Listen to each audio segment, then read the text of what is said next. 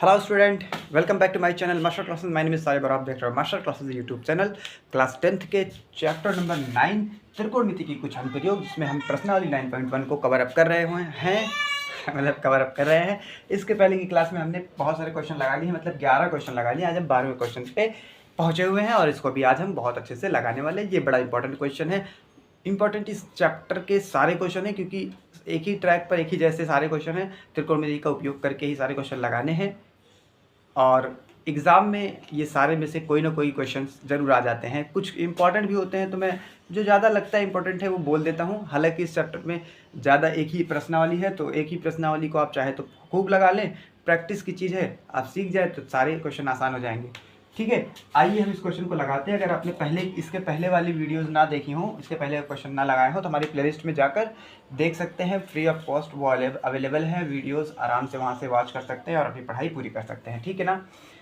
चलिए, 7 मीटर ऊंचे भवन के शिखर से, एक भवन है जो 7 मीटर ऊंचा है, तो आओ भवन बना लेते हैं भैया। फिगर बनाते चलिए, फिगर के नंबर मिलते हैं एग्जाम में, याद रखिए ये बात इस वाले चैप्टर में।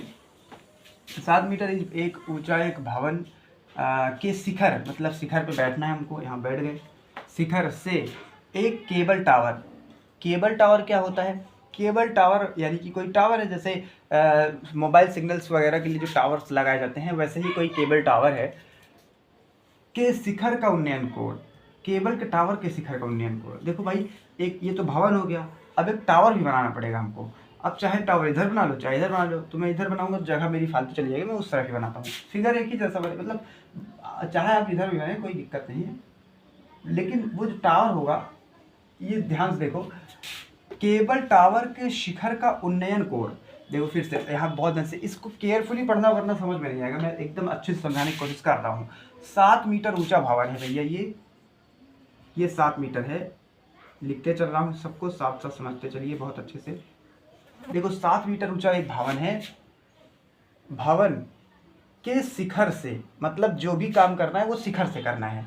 शिखर ये रहा इसका, शिखर से एक केबल टावर के शिखर का उन्नयन कोड, मतलब यहाँ से कोई, यहाँ पे छत पे बैठकर कोई भवन है, भवन माने घर है कोई, वहाँ छत पर बैठा है कोई, शिखर पर बैठा है और वहाँ से वो टावर देख रहा है, तो उस केबल टावर के शिखर, मतलब टावर बड़ा है, तभी तो कह रहा है कि केबल टावर के शिखर का उन्नयन कोड। तो शिखर इसका भी बनाना पड़ेगा, बट इसका शिखर ऊंचा ही होगा, ऊंचा पर ऊंचाई होगी इसकी, शिखर ज़्यादा ऊंचाई होगी इसकी। टावर है ना भाई, घर से बड़ा होता है टावर ना। तो यहाँ से जब देखते हैं उस टावर की शिखर को, यहाँ से जब टावर के शिखर को देखते हैं, यहाँ से जब टावर के शिखर को देखते हैं, तो कह रहा है शिखर, टावर के शिखर का उन्नयन कोण 60 है। तो मतलब उन्नयन कोण 60 है, तो दृष्टि रेखा बनानी पड़ती है एक ना आपको। ध्यान से दृष्टि रेखा, घबराइएगा ना, पहली वीडियो में मैंने थोड़ा सा समझाया था दृष्टि रेखा के बारे में। देखो मैं यहाँ पे बैठा हूँ, तो टावर के शिखर को देखा और एक क्षैतिज रेखा में जो हमारी आँख जाती है क्षैतिज रेखा में, तो उस क्षैतिज रेखा और टावर दृष्टि रेखा, क्षैतिज रेखा और दृष्टि रेखा के बीच जो कोण बनता है वही उन्नयन कोण होता है। ठीक है, तो ध्यान से देखिए, यहाँ से जब हमारी आँख सीधा देखेगी तो ऐसे एक लाइन जाएगी यहाँ से, तो मैं इसको ऐसे मिला देता हूँ। अब जबरदस्ती मत नहीं मिलाया जा रहा है, ये क्षैतिज, एक सेकेंड मेरी स्किल गिर गई यार, इसको मिला दो। अब तभी तो उन्नयन कोण बनेगा यहाँ पे 60 जो बोल रहा है वो, नहीं तो उन्नयन कोण कैसे बनेगा? देखो 60 अंश का बना दिया मैंने, इतना काम हो गया। और फिर यहाँ पे बैठ के 60 देखा हमने उस टावर को, टावर के शिखर को, तो 60 अंश का उन्नयन कोण बना। इसके पाद का मतलब ये टावर जो है उसका, अब यहाँ पे आ जाओ भाई, देखो ध्यान से सुनो। पहले जो टावर है उसके शिखर का उन्नयन कोण तो 60 है, लेकिन उसके पाद का अवनमन कोण, मतलब यहाँ से अगर हम नीचे की तरफ देखें, अवनमन कोण बनाने के लिए नीचे देखना पड़ता है, और ये बोल रहा है कि पाद का अवनमन कोण, तो पाद तो नीचे वाले को उसका पाद बोलते हैं और ऊपर वाले को उसका शिखर बोलते हैं। तो यहाँ से इसके पाद का अवनमन कोण 45 है। यहाँ से कितना है ये? 45। तो यहाँ से जब देखते हैं इधर को, तो क्षैतिज रेखा और दृष्टि रेखा के बीच जो कोण बनता है उसे ही क्या बोलते हैं? अवनमन कोण। तो ये यहाँ से नीचे की तरफ देखा तो ये जो कोण बना हमारी आँख क्षैतिज रेखा से, वो 45 है। कितना है? 45 है। ठीक है, इतना काम सवाल ने दिया था। टावर की ऊंचाई याद करनी है, तो टावर कितना बड़ा है भैया, टावर टावर देखो ये 7 है, तो इतना तो पक्का है कि ये तो 7 होगा ही, टावर में इतना चीज तो 7 होगा। अब यही केवल पता करना है हमको, तो इस पूरे टावर को ऐसे ना कह के मैं क्या कह देता हूं, इसको x कह दूं और इसको y कह दूं इतनी दूरी को, तब भी चल जाएगा काम। वरना मैं थोड़ा सा टेक्निकल तरीके से अच्छे से आसानी से आपको समझाने के लिए ये, चलो अच्छा ऐसे ही करते हैं, ये y मान लेते हैं, इसको x मान लेते हैं, ऐसे भी बहुत अच्छे से समझ में आ सकता है आपको। इतनी दूरी को y मान ले, इतनी दूरी को x मान ले।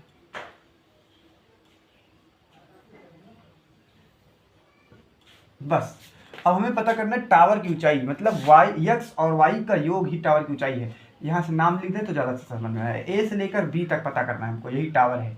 ठीक है, अब इसको थोड़ा अच्छा से लिखने के लिए इसको मिला दो, ऐसे आधार बन जाता कि एक ग्राउंड लेवल, ग्राउंड को ऐसे मिला दो। देखो ये ए से लेकर बी तक याद करना है भैया। ए बी क्या है यह बताओ, डिस्क्रिप्शन में हल कर रहे हैं सवाल को। चलो स्टार्ट करते हैं। ये जो यहाँ पर हमारे फिगर में ए बी क्या है, टावर है। ए बी क्या है, टावर है। और टावर की जो ऊंचाई है वो x और y के योग से ही बनेगी। टावर पूरा निकालना है तो x और y को जोड़ना पड़ेगा, ये बोल रहे हैं। बात समझ में आई। और यहाँ से यहाँ पे c ले लो, यहाँ पे d ले लो। और तो ये जो CD है, CD यही भवन है। CD क्या है, भवन है, पता ही है आपको। CD क्या है, भवन है। और वो कितना है, 7 मीटर, 7 मीटर है। ठीक है, ये भी दे रखा है अपने को। बस अब हमको टावर की ऊंचाई मतलब ये पता करना है। अब हम पहले टेक्निकल थिंकिंग डेवलप करेंगे, अपनी माइंड का यूज करेंगे, फिर उसके बाद सवाल को लगाएंगे, क्योंकि समझ लेंगे तो सवाल अच्छे से लगा लेंगे। पहले समझ लेते हैं कि करना कैसे है हमको। तो मुझे दिख रहा है, अगर मैं ध्यान से देखो, अगर मैं बात करूं इसमें, तो ये 45 डिग्री का है, तो ये भी 45 डिग्री का ही होगा। एकांतर कोण है, अल्टरनेट एंगल है। क्लास 9th में आपने सीखा होगा, नहीं सीखा तो ऐसे सीखिए कि जब भी कोई दो लाइनें, दो समांतर रेखाओं को अगर एक रेखा काटती है तो वहाँ पर संगत कोण भी बनते हैं और एकांतर कोण भी बनते हैं। तो यहाँ ये वाला जो एकांतर कोण होता है वो इस वाले कोण के बराबर होता है। अगर ये x है तो ये भी x होगा। तो ऐसे ही ये एक लाइन जा रही है, ये एक लाइन जा रही है, तो इसको ये लाइन काट रही है, तो ये अगर 45 है तो ये भी 45 होगा। यही समझा रहा हूँ मैं, ठीक है ना। इतनी बातें क्लियर, ये 45 होगा, ये बात भी समझ में आ गई मेरे को। अब ऐसे डेंजरस फिगर में, मतलब ऐसे कॉम्प्लिकेटेड फिगर में मैं कैसे समझूं कि मैं कैसे निकालूं। इसमें अब क्या करो, आप कॉमन पोर्शन ढूंढो कि ऐसा क्या है जो दोनों फिगर्स में कॉमन है। मुझे पता है कि ये 45 डिग्री, यानी ये 45 डिग्री का इस्तेमाल करके, ये 60 डिग्री का इस्तेमाल करके मुझे इन सब चीज़ बातों को कनेक्ट करना है, लेकिन कुछ कॉमन पोर्शन हो तो ज़्यादा अच्छा हो। तो ऐसे फिगर्स में आप कॉमन पोर्शन ढूंढो। तो कॉमन मुझे दिख रहा है कि अगर मैं इस त्रिभुज की बात करूं, तो इस त्रिभुज में अगर मैं, इसकी ज़रूरत तो है नहीं, तो ये लंब हो जाएगा और ये आधार हो जाएगा। अगर लंब और आधार में रिलेशन मिलेगा तो मुझे ये पता होना चाहिए और ये पता होना चाहिए। ये बात तो समझ में आ रही है, ये बात आपको समझ में आ रही होगी।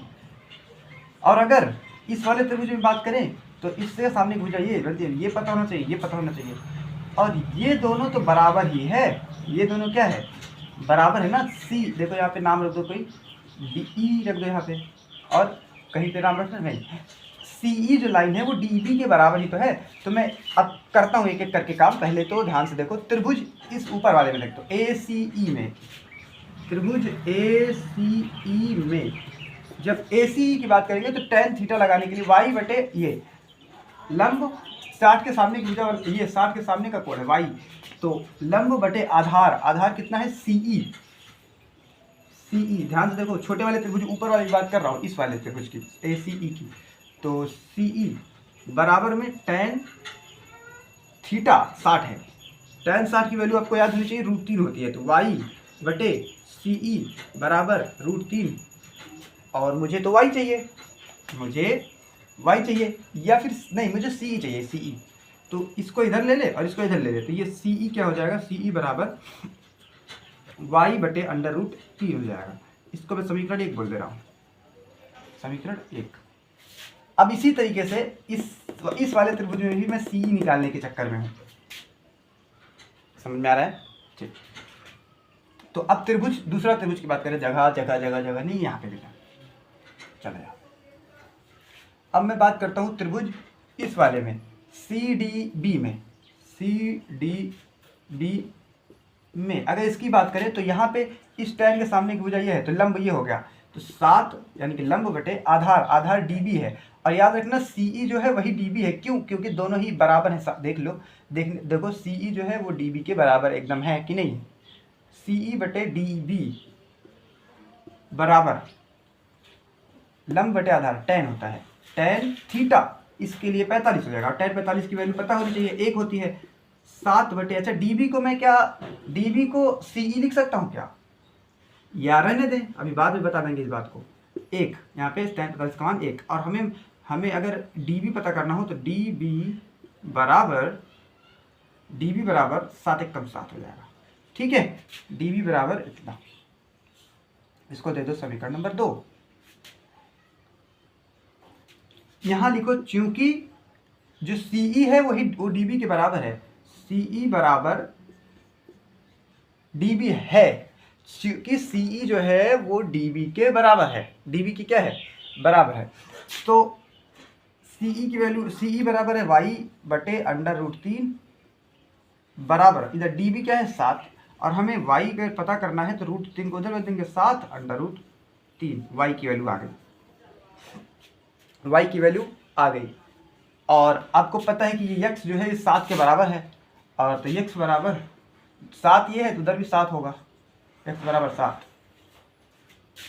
दिया है, चाहे इसको लिख लो, दिया है क्योंकि ये दिया ही है। ठीक है, अब मुझे तो पता करना था टावर की ऊंचाई, x और y को जोड़ कर ही टावर की ऊंचाई पता करते हैं। तो जगह कहाँ पे थोड़ा सा बनाऊं, मैं इसको मिटा दे रहा हूँ, इधर थोड़ा सा मैं यहीं पे कर दे रहा हूँ, ज़्यादा जगह जरूरत नहीं है जगह की, नोट करते चलिएगा साथ साथ। मुझे देखो भाई, सवाल ने कहा था टावर की ऊंचाई बताओ, और वहां पे मैं पहुंच चुका हूं। अतः टावर की ऊंचाई,